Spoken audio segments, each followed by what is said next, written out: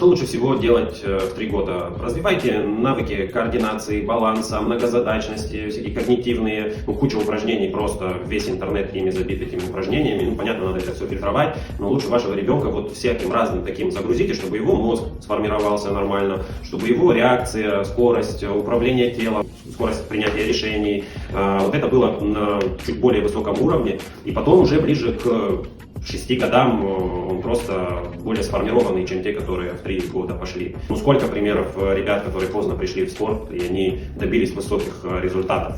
Часто приходят такие, которые в 8 лет пошли.